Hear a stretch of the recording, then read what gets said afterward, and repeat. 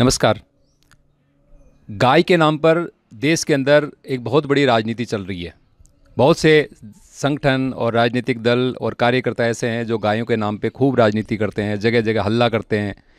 इसके बावजूद कुछ लोग ऐसे हैं जो वाकई में गौपालन से जुड़े हैं और गायों की सुरक्षा को लेकर के चिंतित हैं और खामोशी से बिना किसी प्रदर्शन के, बिना किसी दिखावे के वो गौ सेवा में लगे हुए हैं।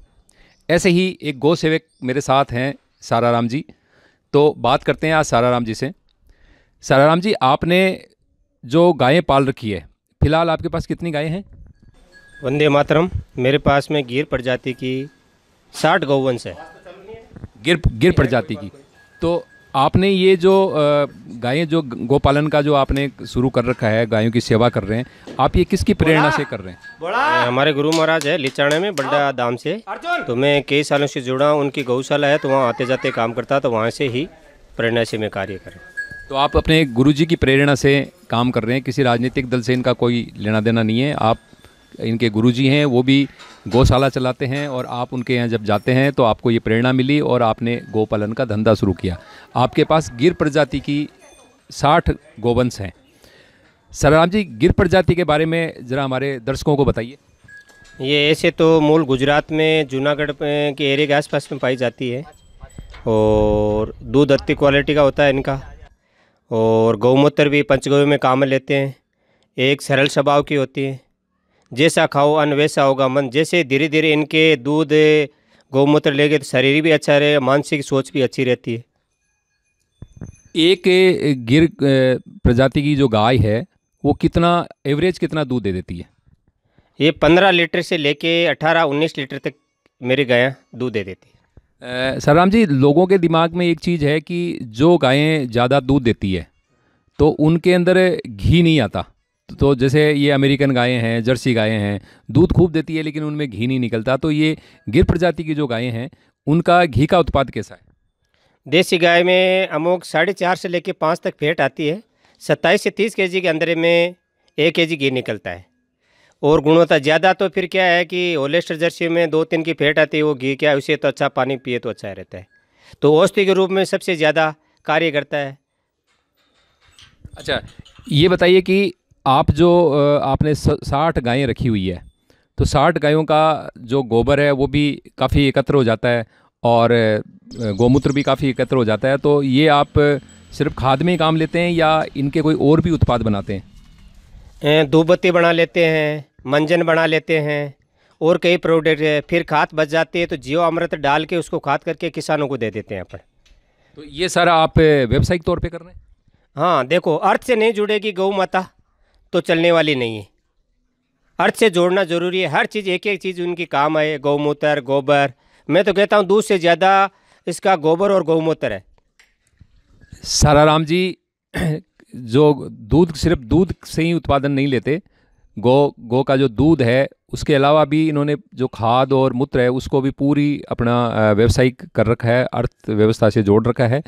और इसके अलावा जैसे इससे खाद है, पंचगव्य आदि ये बना करके ये अपना व्यवसाय बढ़ा रहे हैं। एक तरह से अपनी कमाई इन्होंने बढ़ा रखी है। उसके साथ ही साराराम जी दवाइयाँ भी बनाते हैं। तो साराराम जी, ये बताइए कि आप जो ये गौ के, जो आपके गाय के जो उत्पाद हैं, गोबर, खाद, इनसे आप किस तरह की दवाइयाँ बनाते हैं? एक तो नासिका औषधि होती है, माइग्रेन हो, सर दर्द हो, कोई भी हो, गले से ऊपर में जो रोग है, उनमें एलर्जी हो, उन्हें तुरंत प्रभाव से कार्य करती है। दूसरी कर्ण औषधि है, विशेष नक्षत्रों में इसकी बनाई जाती है। फिर नेत्र औषधि होगी, शरद पूनम के टाइम में बनाई जाती है। बनाने के अपने संस्कृति के अनुसार, हिंदू के अनुसार, चौगड़िया के अनुसार, उसको तिथियों के अनुसार बनानी पड़ती है।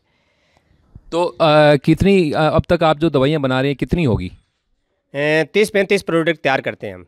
30-35 प्रोडक्ट आप गौ उत्पादन से ही तैयार करते हैं। तो इसके अंदर सिर्फ गौमूत्र और यही होता है या इसके साथ में और भी जड़ी बूटियाँ आप मिलाते हैं? जड़ी बूटियाँ और होती है। जिस क्लाइमेट में रहते हैं वहाँ की जड़ी बूटी ऑटोमेटिक मिल जाती है। घास फूस सभी जड़ी बूटियाँ होती हैं। जैसे आपका सुगंधा का इस्तेमाल करते हैं? सुगंधा हो गया, शतावरी होगी, गोखरू हो गया, तो ये सब मिल जाते हैं अपने। तो देखा आपने साराराम जी, सिर्फ दूध का व्यवसाय ही नहीं करते गायों से।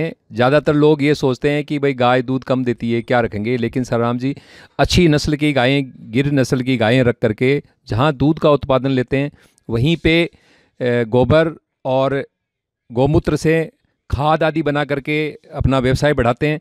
और साथ ही साथ यहाँ पे जो अश्वगंधा है, सतावर है, इस तरह की जड़ी बूटियों को गौमूत्र के साथ उनका शोधन करके कई तरह की बीमारियों को रोकने की दवाइयाँ बनाते हैं। और इन्होंने मतलब एक सिर्फ दूध के व्यवसाय के साथ एक खाद का हो गया और तीसरा ये दवाई से संबंधित हो गया।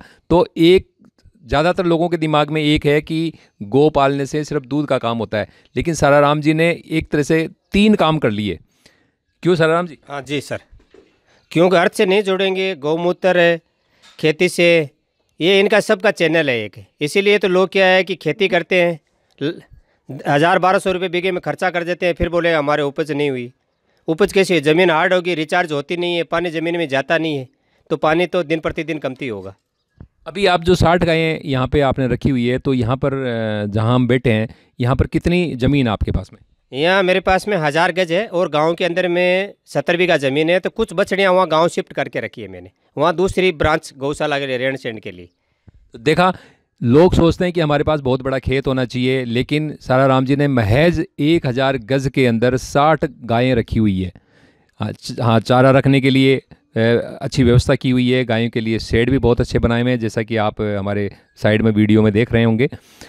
तो दोस्तों, ज़रूरी नहीं है कि आपके पास बहुत बड़ा खेत हो। आप शहरों के अंदर भी, जहां आपको शहर के बाहरी इलाके में जहां सस्ती जगह मिले, वहां पे आप गौपालन से व्यवसाय कर सकते हैं।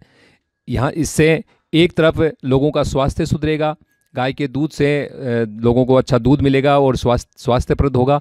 वहीं पे देश की जो आर्थिक उन्नति है, उसमें भी ये गौपालन साथ देगा, एक तरह से उपयोगी साबित होगा। धन्यवाद।